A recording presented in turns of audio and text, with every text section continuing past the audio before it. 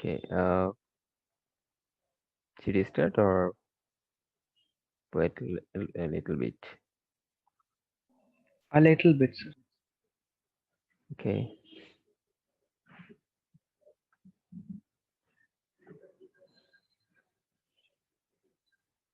Meanwhile, you may, uh, okay, may I ask you how you feel about this course, or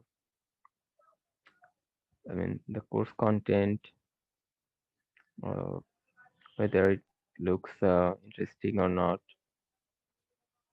Well, of course, we have a lot of things to cover as uh, as such. Uh, cover, I mean, cover such type of things which will fit in with other stuff. Okay, so until we have quite a few things which make up make up a whole thing. Okay, uh, it's not quite clear. Okay. So a lot of things are now halfway clear because different components of them are not yet covered. Okay, so as we go through, things will be more and more interesting because of your clearer concept.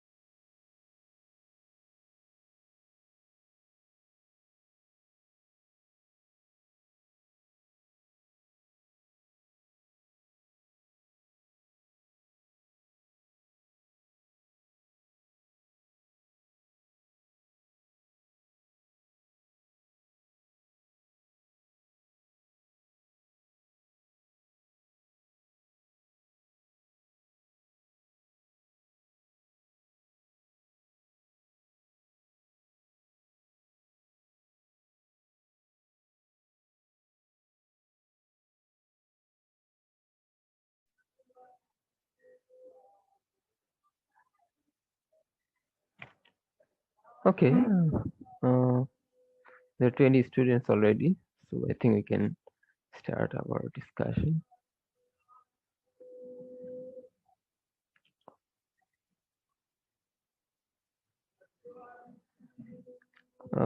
Just have two slides left. Uh,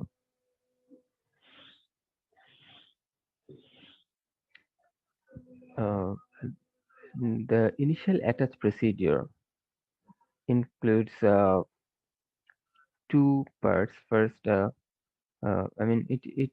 it's basic some registration, uh, but to perform this registration, you first need to have a connection, okay, between the UE and the MME, the Core Network Control Unit. And this is signal connection has two parts: the connection between the UE and the E node B, and then from the E node B to the MME for this particular UE. Okay, so that's a logical connection. And the first connection is called RC connection.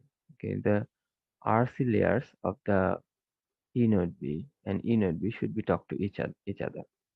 So that requires a connection between these two layers. Uh, so once you can establish this connection, there will be exchange of few messages, and that completes the registration procedure. And one of the important uh, part of it is to allocate an IP address. Okay, and two other things. Okay, I would say, I mean, on one side, you have to identify yourself that you are a valid user with your own identity, with your IMSI. Okay, uh, so uh, the procedure, if we show the whole procedure is little longer, but I mean the key messages we are showing here, uh, like you have first RC connection setup. Okay, and for this connection setup, the first step is to perform random access, uh, which I hinted a few times, that you send a few bits to the, like if you wanna make a call when you're idle, there's no session going established. So, but you wanna set up a session, you wanna make a call. Then you first send a few bits to the E node B, and this is called random access procedure. The network will respond to you. The network doesn't know who you are, so it will just send a response that okay, tell me tell me about yourself, or tell me what you want. Okay. So the first step is to send a few bits, and these bits are called preambles. So the whole thing is called random access preamble. The step preambles are called random access preamble. Then the network, the eNode sends a messages. Okay, tell me what you want. We will explain this procedure in a little more detail, but I think it's a good stage to hint. Okay, uh, so and then you send a message that I wanna set up RC connection. The network, the eNode base accepts your request. It says that okay, the RC connection setup is can be uh, I mean you can the connection can be set up. Okay, from the network end, it's all right, or it's done right there. Then you send a message RC connection setup complete, and that actually completes the RC connection setup. With that, from then on, both sides can perform uh, anything within RC connection procedure. Now, when you first power up, these message will also include a NAS message. Okay, the NAS messages can be piggybacked on a few RC connection messages. Two of them we already discussed: information transfer and UL information transfer, which are not typically SRV2 uh, messages, but uh, sometimes they can be SRV1. And I told you that they are empty messages. They just uh, carry some NAS message. NAS message means the message that flows between the EV and the MME. So probably remember, or maybe I give me a second. I draw it, draw the layers again in case you have forgot.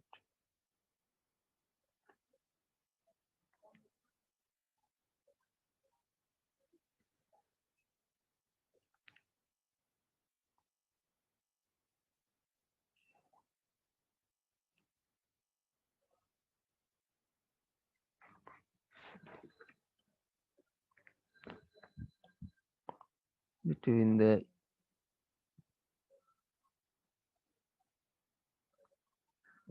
EV and the E node P. and MME.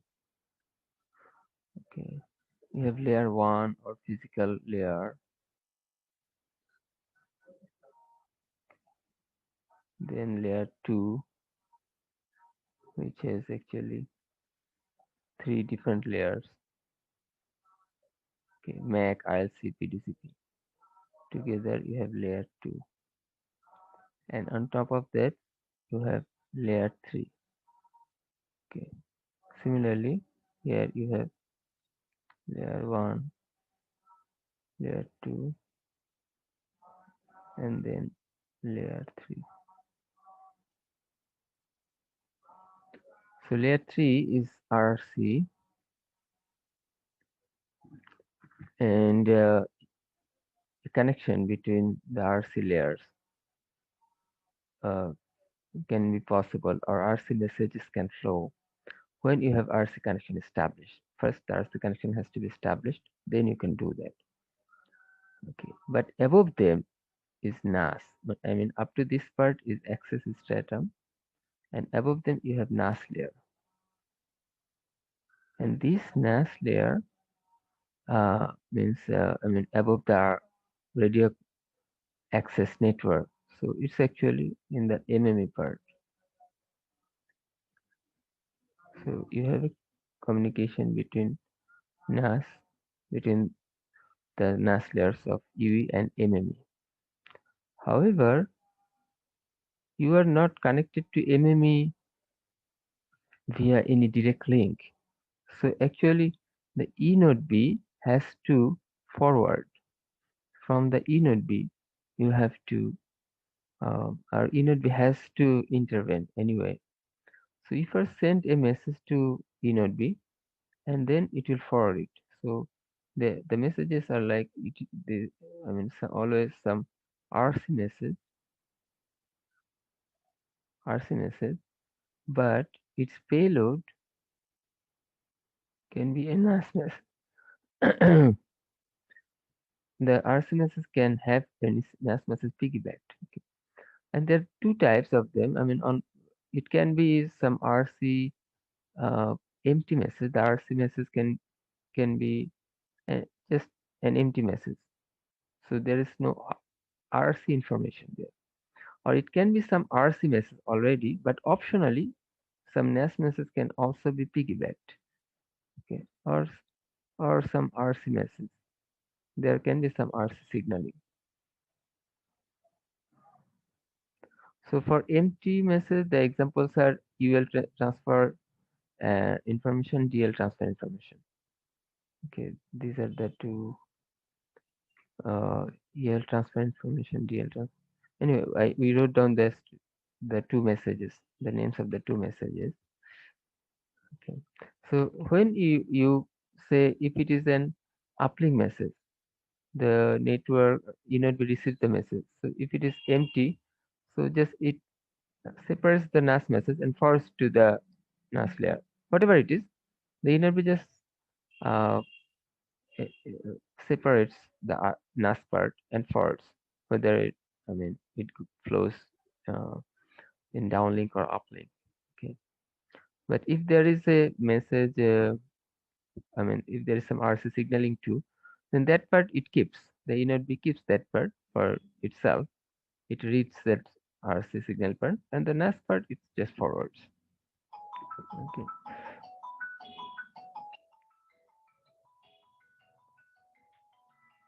give me a second.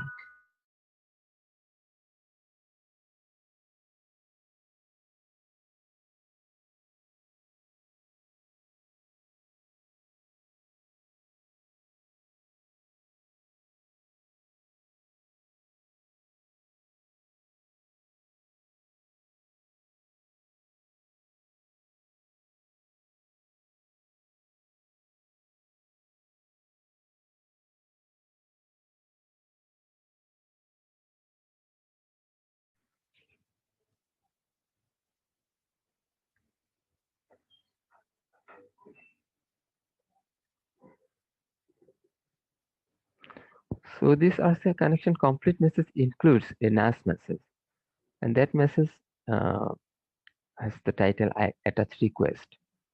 So there's the initiation of attach procedure.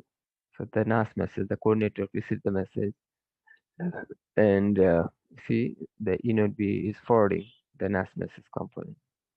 And the NAS message, if some other enemy was connected to you before you had power down, then it will contact that and finish message. And anyway, from your end, you'll see that the NAS message is sending you uh, a request to share your identity. Okay, and then you uh, send them your identity, like your MZ. Okay, so this message contains MZ, identity response. You, you tell them who you are. So the registration goes this way. Did I share?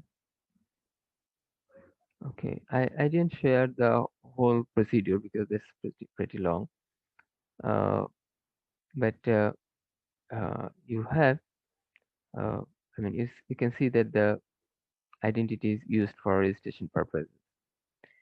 Another part is um, IP address. Uh, So it just shows you how you initiate the procedure. But three things are, I mean, three important things I'd say are done here. Like one of them is to establish uh, an, an EPS, a default EPS bearer, and another one is uh, to uh, have to allocate an IP address to the EV, and the third thing is to uh, share your identity, and so your subscription information is compared with that, and then accordingly you have some registration in the MME contracts HSSS. Okay, and so it knows that you are now you have powered up. Okay, you what type of user you are at the core network end, your registration type or whatever. So these things are updated there. Okay, I mean you are just identified as that type of user, whatever your registration type is. Okay, if you have there may be the policy defines, okay, how it is the users. Okay, there are different types of charging for different people. Anyway, but you see that in the case of 2G or 3G, normally, I mean, when you just power up, you are this type of registration also takes place. So you are authenticated. It includes, I mean, the third step I was explaining is like authentication yourself. Okay, registration authentication together. So that is done. But then, if you want to use data services, okay, I mean, previously data services were not that common. Okay, so but when I want to do a for data services, another a separate connectivity was also established. So that was a that introduced some delay, as mentioned here, uh, to initiate a data service procedure. Okay. So the bottom line is normally you have two separate sides there, CS and PS. So you are after you power up, you are you, you have a connectivity created with CS service. But when you wanna use data services, a new connectivity is created. Okay, connectivity with the PS network, and then you start using that. So that introduces a delay. For, but here it is all PS, and you have always on serve. All I mean, you are like always you have always on connectivity. Okay, always on. IP connectivity you have. So you always have, I mean, in 2G or 3G, when you add the connectivity to data uh, network, PS network, then the IP address is allocated. Okay. But here you always have the IP address allocated after you power up until you again power down. Okay, the IP address will remain valid. The IP address can change if you, I mean, if you roam around. Okay, if you go too far. Okay, but that is the that type of the handling of IP address is sort of little different thing. Okay, there is mobile IP option to take care of uh, the user movement. Uh, but what we focus here is that the UE has a way to initiate data services anytime. The It doesn't require the similar kind of delay. You have always on service.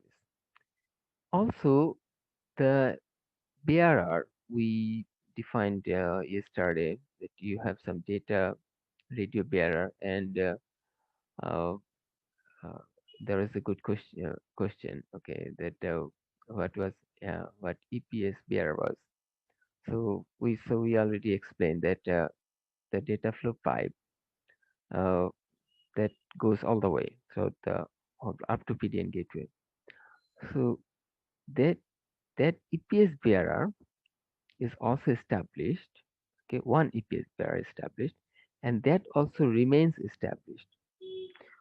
Well, you don't have really a some data flow going on after a few messages are exchanged in this initial access process. Thereafter, if you don't make any call or if you don't do anything, there will not be any data transfer, so no resources will be allocated to you. But that concept of data flow pipe will remain established always, always. Okay. This one includes, we know that default EPS bearer, the EPS bearer comes with some QS. Different applications require different QS. Okay, so this EPS bearer, which remains always established, uses some common QS service like what you use for web browsing or this kind of applications. Okay, so this is called a default EPS bearer. So that just remains established all the way. Normally you have just one default EPS bearer, but you can have two also, two default EPS bearer. If uh, uh, um, I mean on PDN side, you then have two different components. Like for actual 4G supported voice services. We'll discuss these things later, but uh, uh, the VoLT, if the VoLT is supported, so that uses a different uh, that requires different QoS. Okay, so it is then possible that you have two default EPS bearer, one connected to the PDN component for voice and one connected for the normal one, the default EPS bearer for the normal service like web browsing and all that. So now you see that if you want to initiate this kind of common application, okay, like web browsing, then the required type of EPS bearer is already there. You can readily initiate the data services. You don't, there is no delay to initiate. Okay. Uh, so, IP address is already there. The EPS bearer is also already there, established. Okay. So, the resources will be allocated and you can start transfer of your data.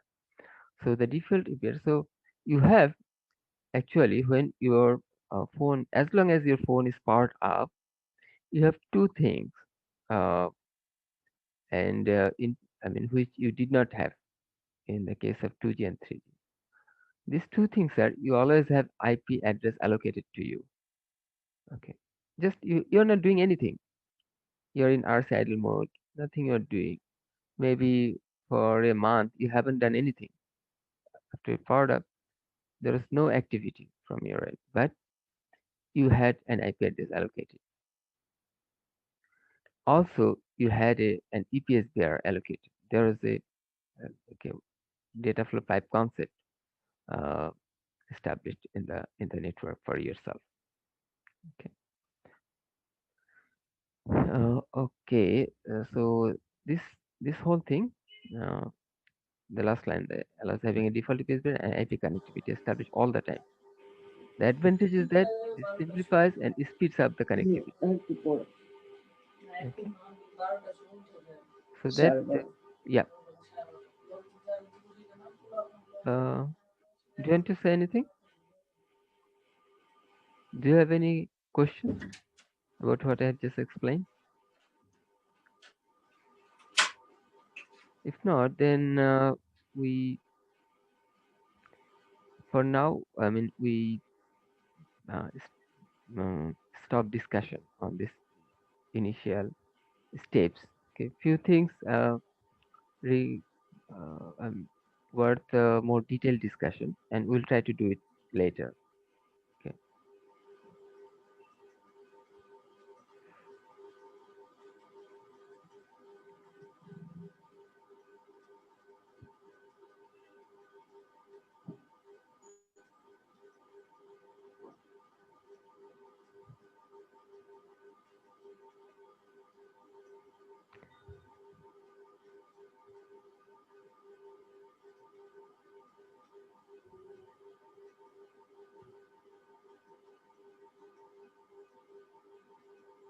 So we are going back to paging.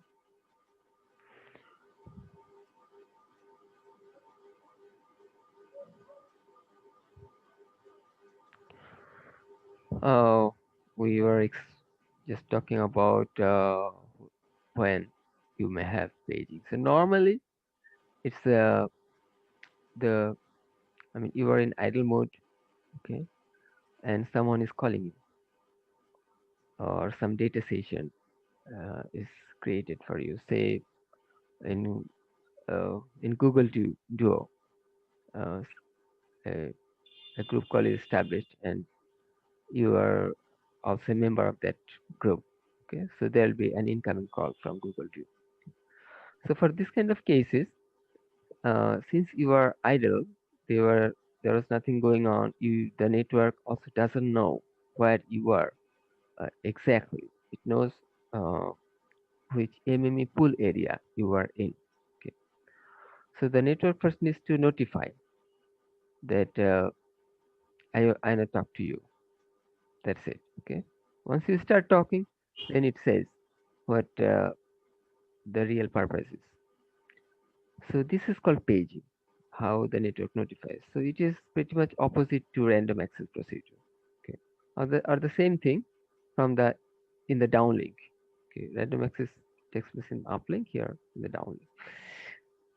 Now, but there can be paging for a few things like, I mean, if there is a system change in the system information, then it is possible that the network notifies. So the UIs to make sure that all UIs are updated with the change of system information. Okay, so there is no delay in the update of the, but this is optional. The you'd anyway uh, update when it can when it wakes up and finds SID and reads the system information again. Okay, but that can be made faster. So in RC connected state also, the network can tell you that I have updated and read it right away with the new system information. Okay, it can send the updated system to the UE.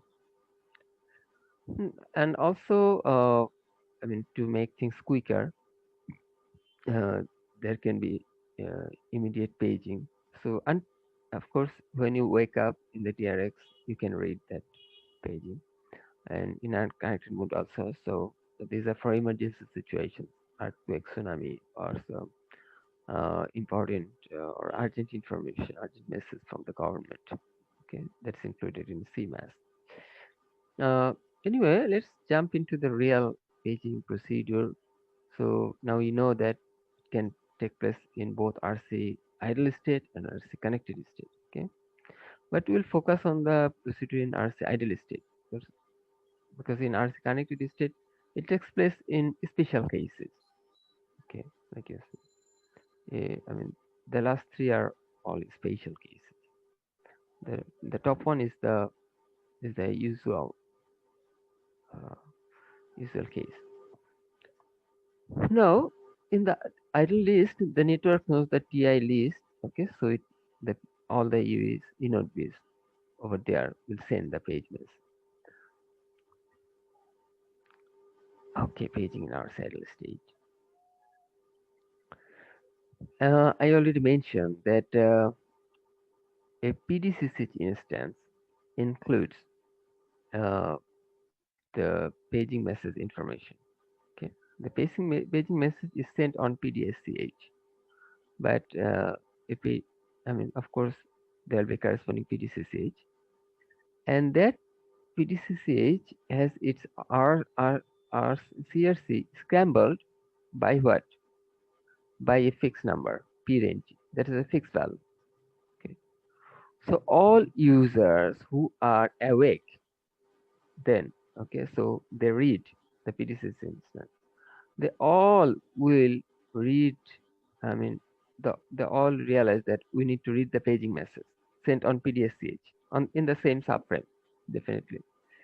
So uh, the UEs, all UEs who are awake then will read the paging message.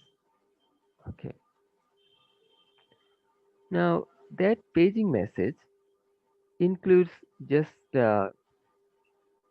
just the uh, identity of the UE, who whom the network is looking for. At that particular moment, it's possible that multiple people in the cell are receiving calls. So all of them uh, will be included in the paging message.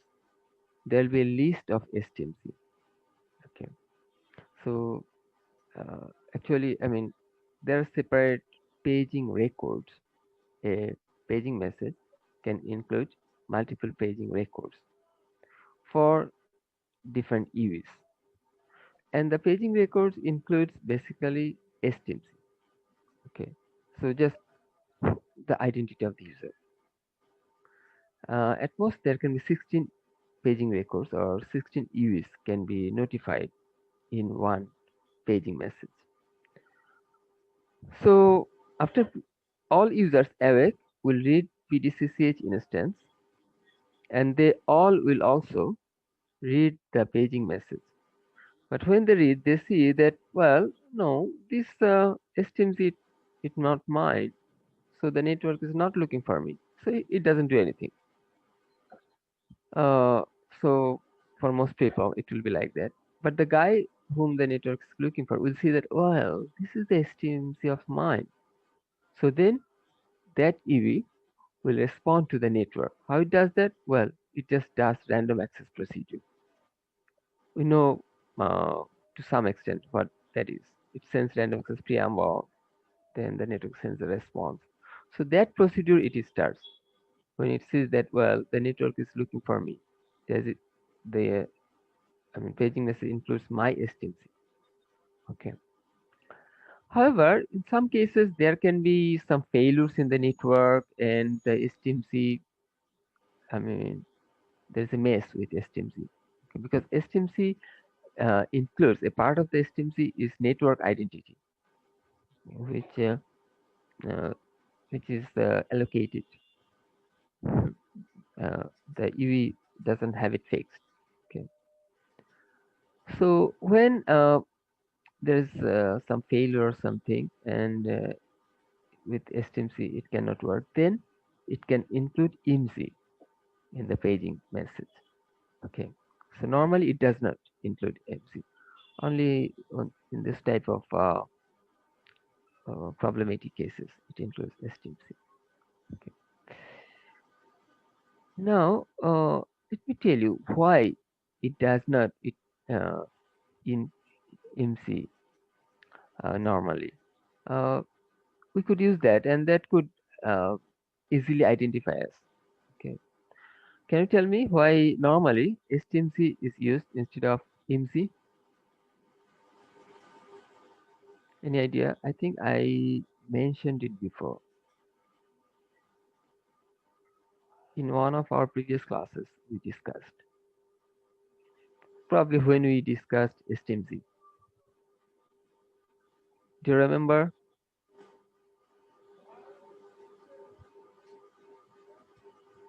guys?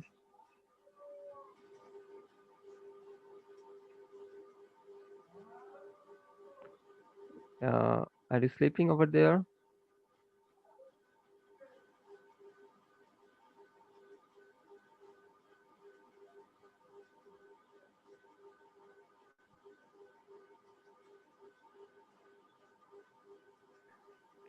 Sorry. Okay. Okay. Maybe you're sleeping also. Hey guys, you know what? I can hear if you are snoring. No, sir, we are not sleeping, sir. Oh really? Yeah. Okay. So there's at least one guy awake. Okay. Well, STMZ is something allocated to the EV when you power up. Okay. So if you power down, you lose that. When you power up again, you get a new STMC. Okay. It includes MMEC. Okay. It includes the MMEC identity. So uh, if you get a new STMC, but and IMSI is something fixed. IMSI is something fixed. So people, the eavesdropper with evil purposes, can actually know your IMSI, and with that, it can identify that you are communicating. So if you are the target guy, then it can actually try to eavesdrop. It can try to steal your information. So the I mean that fixed identity IMSI is not used in the over-the-air messages normally. Only at the first place when you perform at a initial attach procedure, then you see that there is a step identity request identity response. Only in that message the EV includes IMSI. From then on, after you perform initial attach procedure to powering up, that IMSI is never used normally. Okay, so uh, you just use STMC, okay, to avoid eavesdropping. However, let me tell you, I mean, and this is true for all technologies, for 2G, 3G, okay. Uh, the name was little different. It was TeamZ in the case of 2G. Okay. But let me tell you, I checked with Grameen Network. Okay. Actually, with a few networks. Give me a second.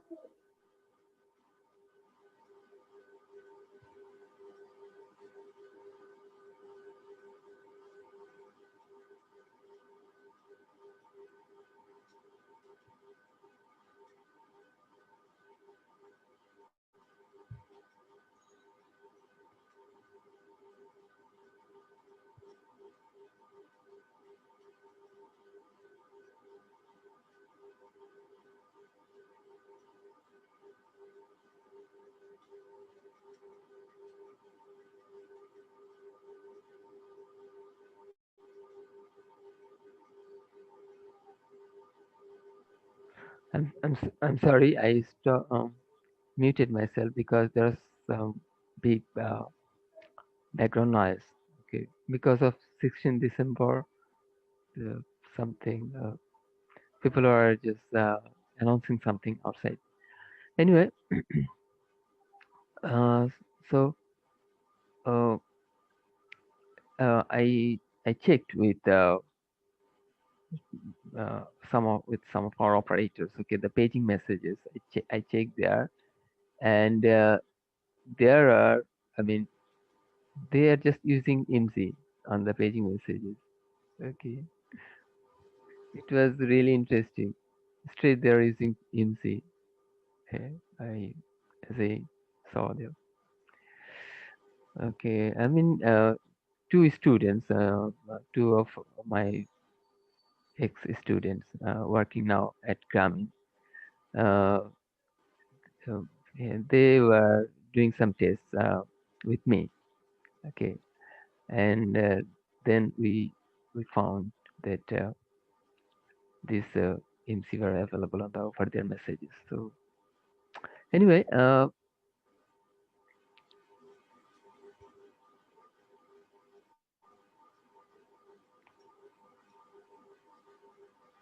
now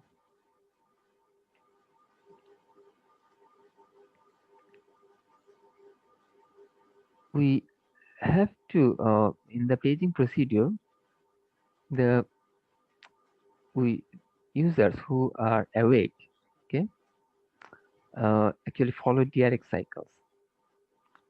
Now, in the cell, there may be so many people, and if I mean, they will undergo DRX cycles. Uh, if we have, if they all wake up together, okay, then we will have to send a page message also for all of them. Okay, so there may be say we have 500 users in the cell or thousands users in the cell. Okay, so if we allow that they all, um, I mean, for any of them, if there is a page message for any of them, uh, then they have to wake up. I mean, they all wake up together. So a page message for any of them is sent right there. In that way, my paging, the DRX cycles should not be made too long. Okay, because all these users uh, are my concern. 1000 is users. Okay, there can be page for any of them. However, if I could stagger the wake up periods, the on periods, okay, then things could be simpler. Let me draw it.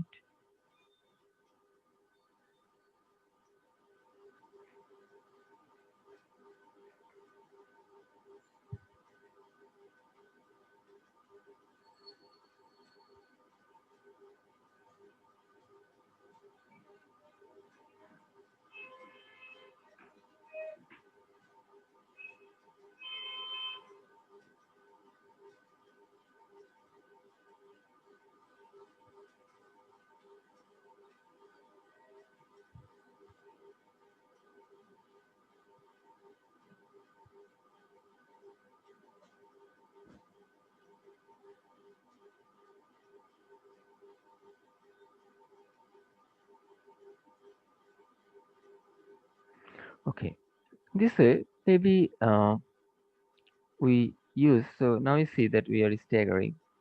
So this way maybe we are staggering and say we have 10 different steps. 4 I have drawn, but the last one, okay, this is gradually, it's moving rightwards. Okay, and this is the 10th one. And then I group this 1000 users. Say this one is group 1, this is group 2, so this one is group 10. Okay. Then in each group I have only 100 users. In this group, instead of one, I mean, I have 100 users, 1/10 of the total. Okay. Now, the likelihood of a page message from 100 people, okay, will be less, much less. Okay. Uh, like to get say to get a paging message within certain period from 1,000 people, because I mean these are some random procedures to get a page, uh, to get a call, incoming call. A lot of times, Parsons process is used to um, formulate the incoming call, uh, formulate how the incoming calls are arriving. Okay. Mm, so anyway, so since it is a probabilistic distribution, the probability to get a call for 100 people will be within certain period will be much less compared to 1,000 people, right? Now, how quickly there should be a on period, okay, or how long the DRX cycle should be. That actually depends on the probability of uh, the frequency of an incoming call. When there is an incoming call, there should be a page message. So if you have less probability, okay, within certain period, you have less probability. Then also, uh, um, okay, uh, or the way I should put, or what I actually want to clarify, then when you reduce the pool size from 1,000 to 100, you actually make the direct cycle longer. Because for this 100 people, okay, just one tenth number of people, there's little chance that within this period you get a call. So you can make it this long. But if you put all the 1,000 people together, then I mean there is a very small there will be high probability to get some calls quickly, more frequently. For 1,000 people, more frequently you get a call. Okay, for someone from group one, for someone from group four, from there can be a call.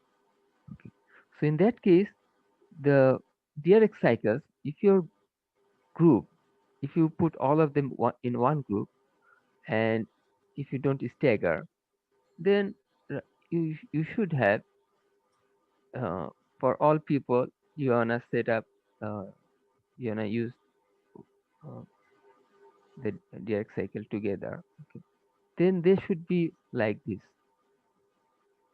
because within this period there can be a call, incoming call for 1,000 people. So you cannot make the direct cycle too long. Okay. Now, if you make the group size with 1,000 people, then the direct cycles should be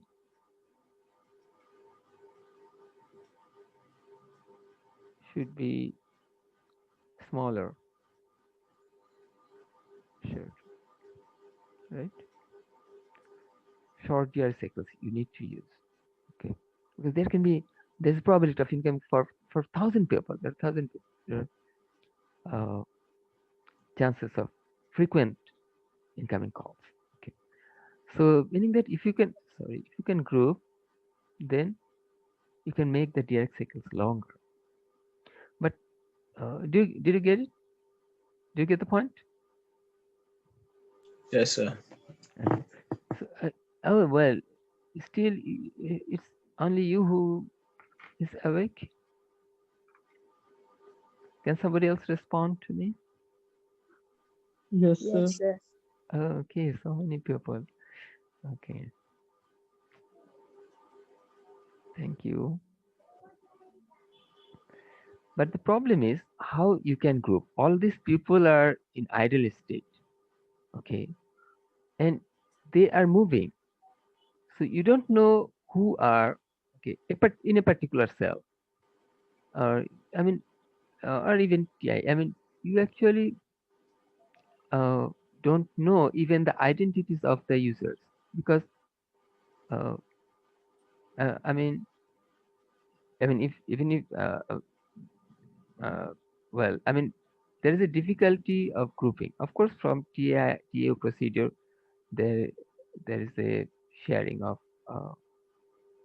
I mean, it's then you update yourself, but you how you group the different users. Okay, within the period. There is no communication between the network and the. So it is done in a way that it tells you the DRX cycle period and also gives you a formula to calculate which one out of these 10. It also tells you how many times you send. Like in our example, there are 10 groups. Okay, so you send 10 types within one DRX cycle. So how many grouping, how many number of groups you are using, and so accordingly, how many times you are sending uh, the, I mean, you are using on periods. Okay. So all these users wake up in this period. So there's also something you can find out using the formula, and that is done using IMSI. Okay, so you use your IMSI to find out where you are, which one is your turn. Okay. So from your IMSI, it may be say uh, from using your IMSI when you calculate, then you see that well within the direct cycle it is sent 10 times, and the fourth one would be mine. Using your IMSI, I'll shortly show you the calculation procedure. So you can identify that this fourth one is for yourself. Okay, and the network also knows whom it is looking for, or whom it sends the page message. So uh, in using IMSI of that person, it also finds out that this here actually I need to look for. So only on this way on period it will send the page message for you. Okay, the network also can find out your IMSI that it is you. So on both sides the IMSI is known. So it's a formula to find out the on period when the page message be located using IMSI. Okay. Uh, so let's see how it is done. And you know that all this, I mean, all the 100 people in this group, all the 100 people within this group will actually have the same condition. These people, when they use their IMSI, will will hit this on period. Will find out this on period as their paging location. Okay. So the it is called paging frame where someone is paged. Okay, and the PTCCH instance along with the paging message. This whole thing is called paging occasion. So the location of the paging occasion or the paging frame can be derived this way using IMSI. Let's check the formula.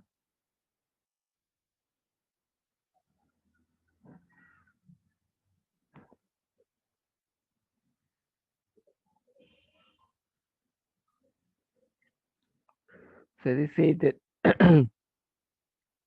the radio frame, which includes the I mean, first paging occasion means the PTCCH along with paging message. They both are sent on the same subframe, definitely. So that is called paging occasion. And the radio frame, which includes a paging occasion, is called paging frame. Okay. So using your IMSI, you can find out which one is your paging frame and which one is your paging occasion. And only in that period you need to actually wake up.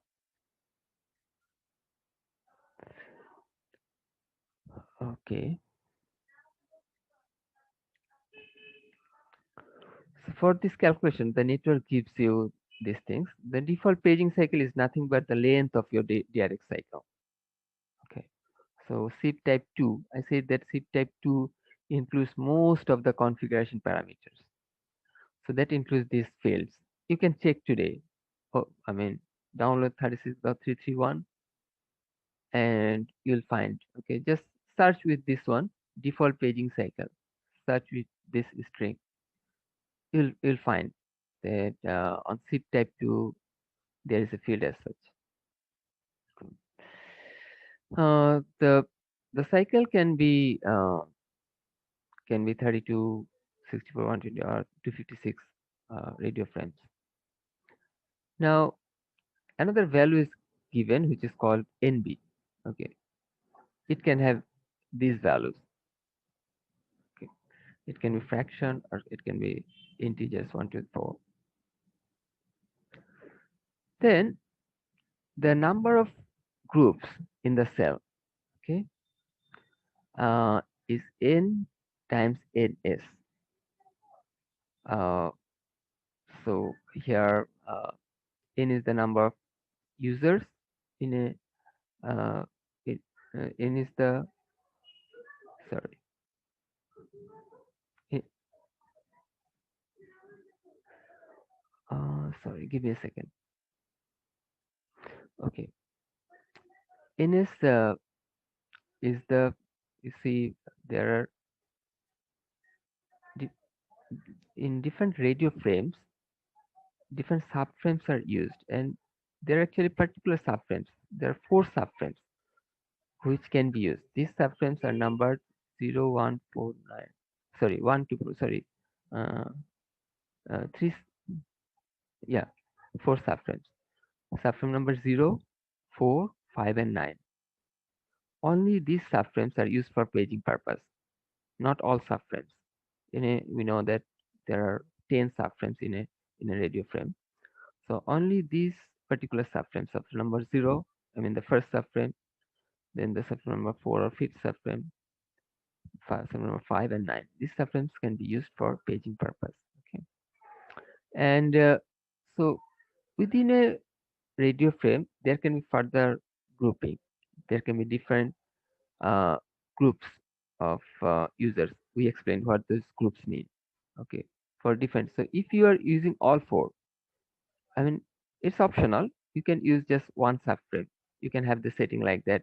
So that is the first setup. If your NS is 1, then actually in one radio frame you use one subframe. So there is no provision for grouping, okay, or increasing the number of groups using subframes. But if you use NS, the value of NS2, then you use 4 and 9, these 2 subframes. So you can put 2 groups in these 2 subframes within a radio frame, within paging frame PF. Or you could have 4 groups on these 4 subframes in a radio frame. Okay, so paging occasion in a paging frame. So the number of groups will be uh, like how many radio frames you are using within one radio DRX cycle for paging purpose, and then the value of NS. Uh, okay. Now the maximum possible number of groups is 1024. So you can have actually, you can use 256 radio frames in a group. That is the maximum DRX cycle. So if you use all the different radio frames for different groups, then you can do that. So there will be 256 uh, available radio frames for different groups, and you can further use 4 different subframes on them. So the 1024 groups you can create. So at the maximum 1024 groups you can create. Okay, that's too many. Okay, so I mean this number is also increasing um, in the course of time in 2G, 3G. In 2G, there could be 9 groups possibly.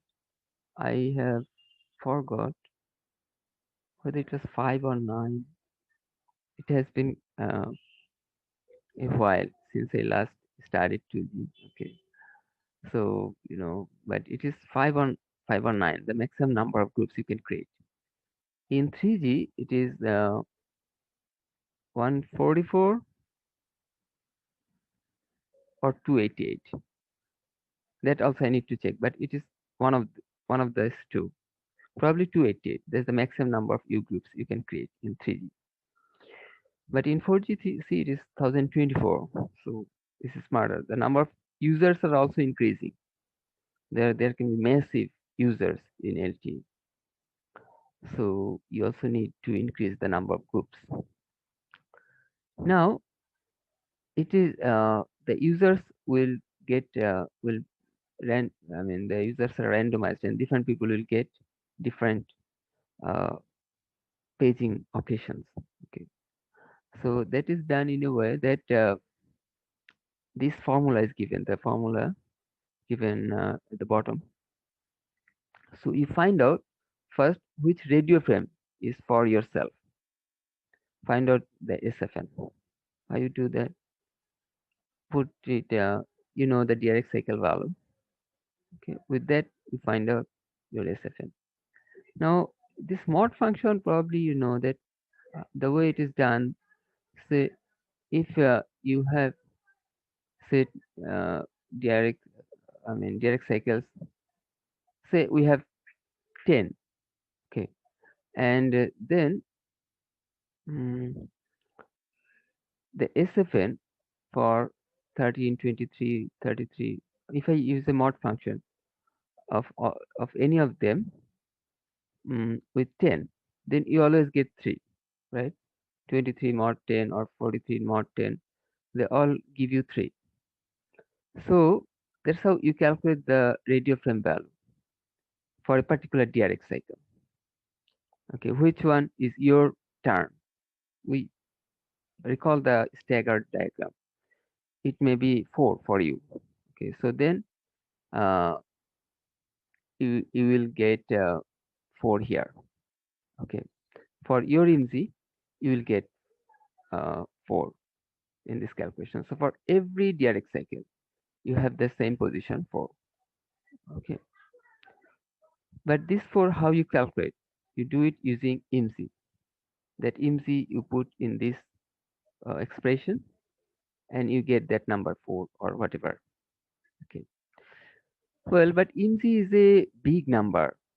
We showed that it's a long string, and so use a mod function again with 1024 to reduce that. Well,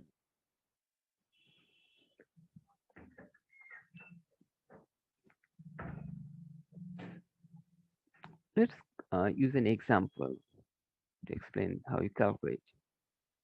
See, in this 5190, NB is 1 by 4, and direct cycle length is 64. Okay. So first you calculate N. N you calculate this way.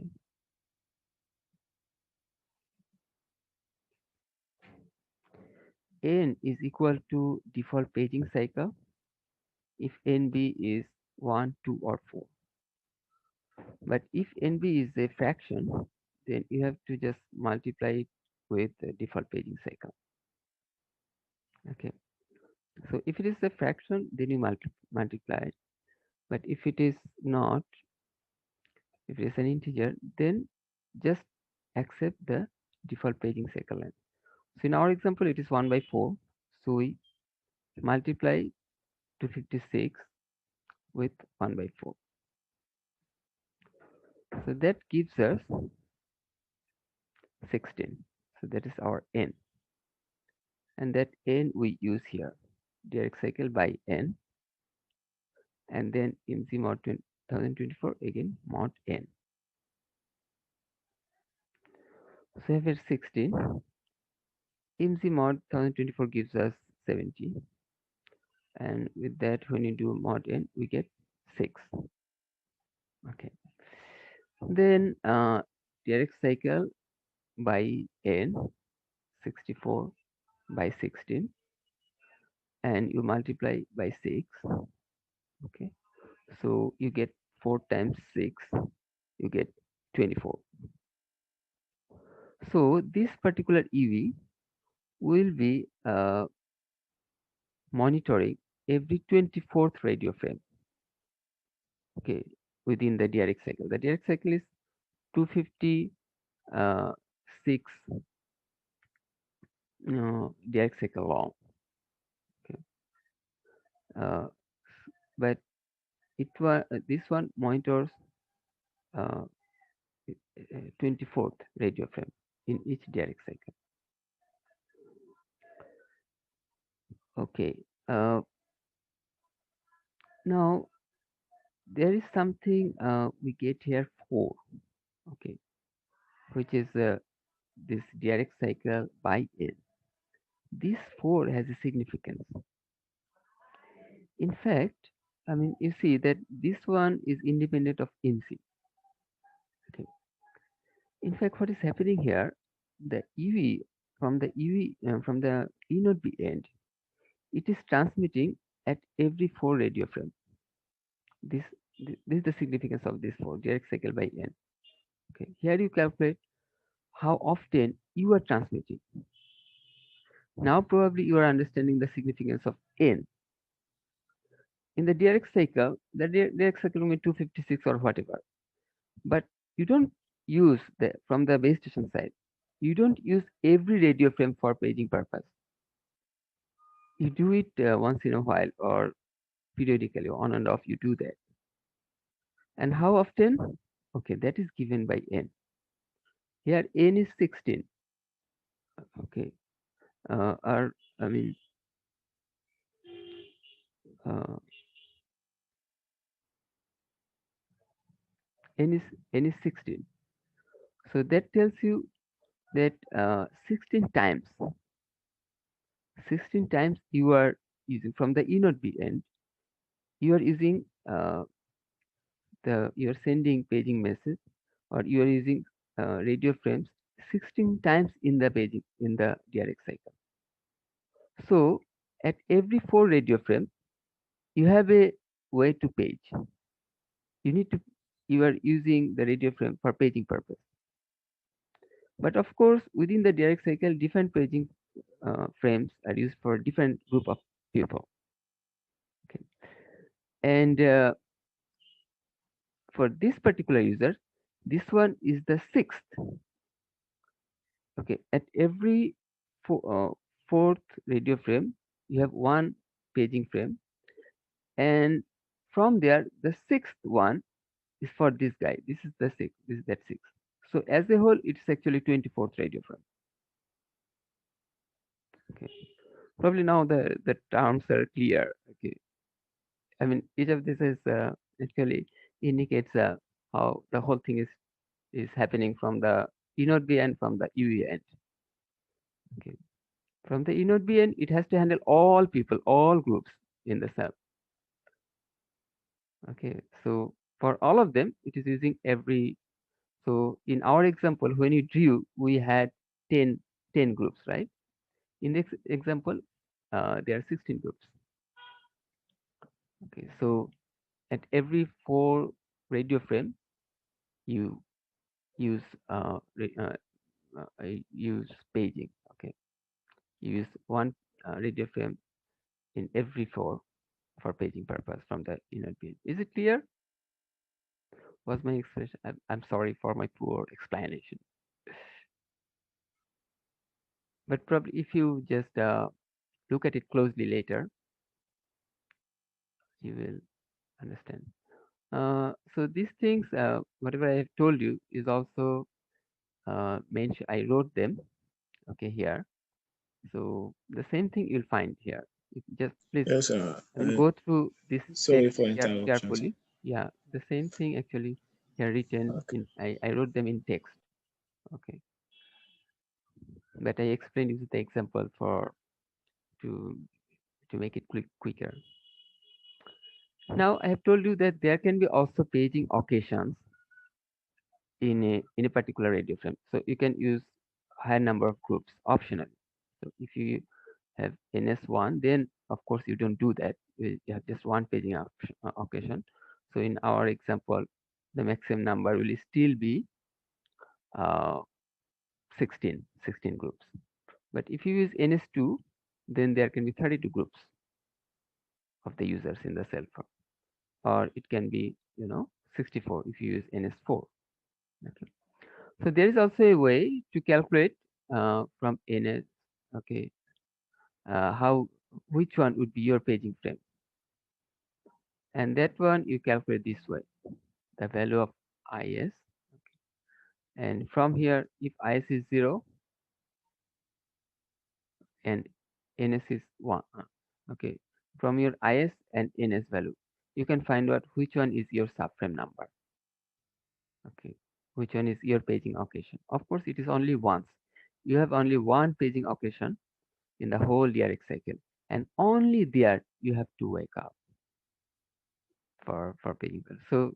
So it's actually shorter, uh, okay, but it actually wakes up little longer. I mean, for paging purpose, you need just that subframe, but it wakes up for a little longer because I mean it also performs some measurements, cell measurements, and all that. Okay, but for reading purpose, for taking the page, it just needs one subframe. Okay, and that can save power. So the whole on period, it doesn't use the battery. Okay, a part of it, but within the on period, I mean, a good part can be used. The whole period is for itself to use. Okay, whatever part it required is used there.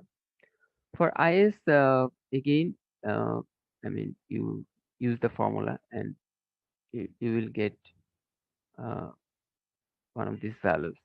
Okay, but let us. I think we can skip and the further calculation. Okay, discussing further calculation, but it's that simple. You will get one of these values: 0, 1, 2, or 3. Okay. Uh, Now the RC characteristic is already 11:45. It's just you can it keeps checking. I mean, it in RC characteristic you are connected. The network can send you anything anytime. So it can send a page message, okay, using the RC connection. Okay, not that type of uh, struggle you don't need. Okay, so that can include information, some indication that there is some system information change or there is some message for earthquake or tsunami or for some urgent message from the government. Okay. So then accordingly the EV will read those messages. Okay, questions? Yes, sir. Yep. Um, and my question will be concerning the previous lecture, that is DRX. Okay. Okay.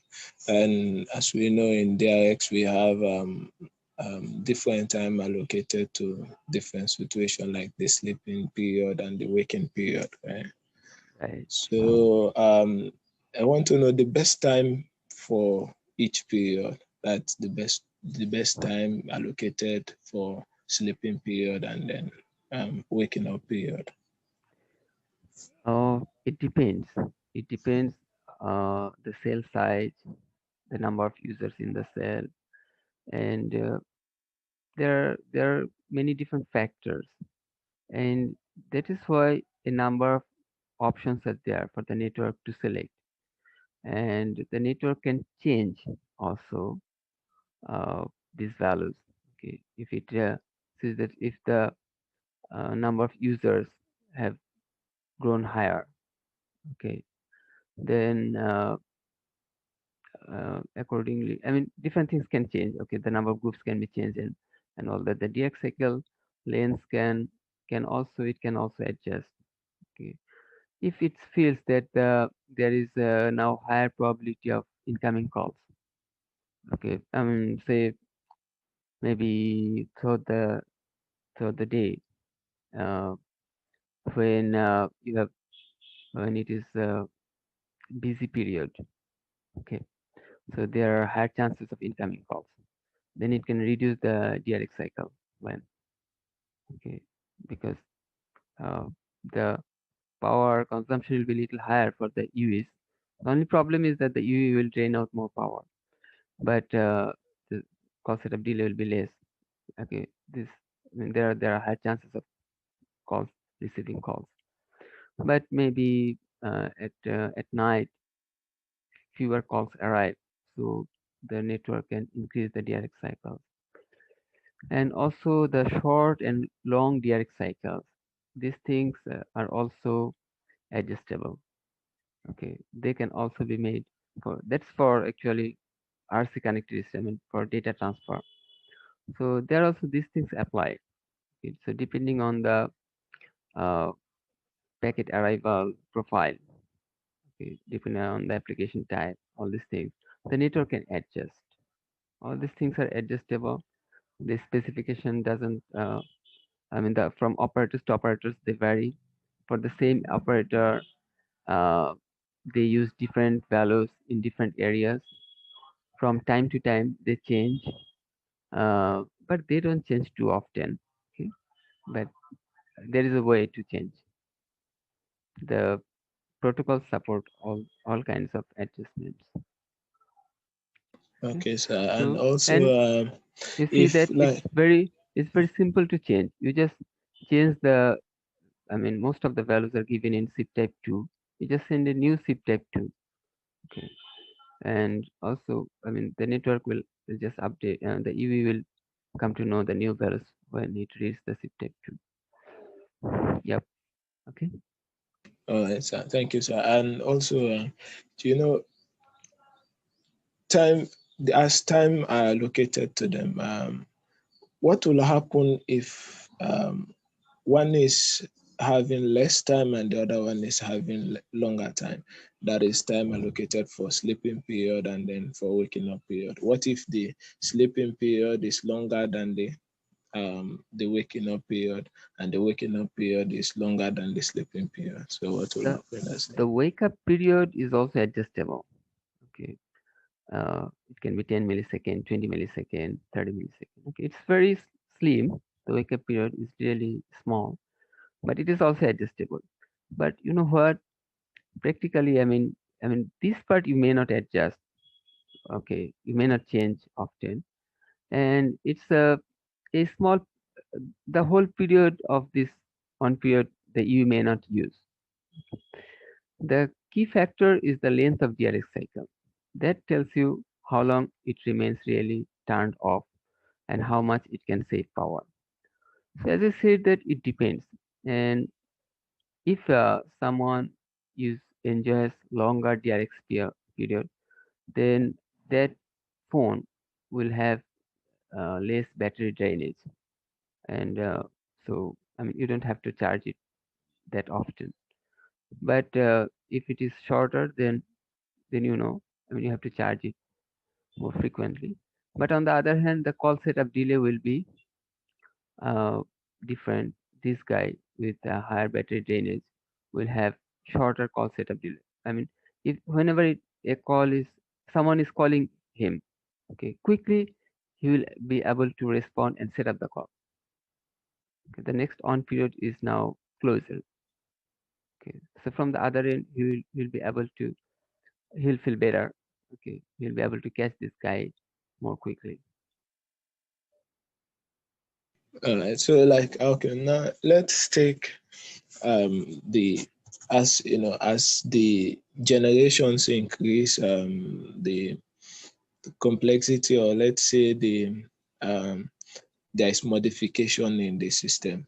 So like we have 3G and then 4G, which is refers to as LTE, and also we have 5G coming as well. So this DRX that we just studied is for LTE, right?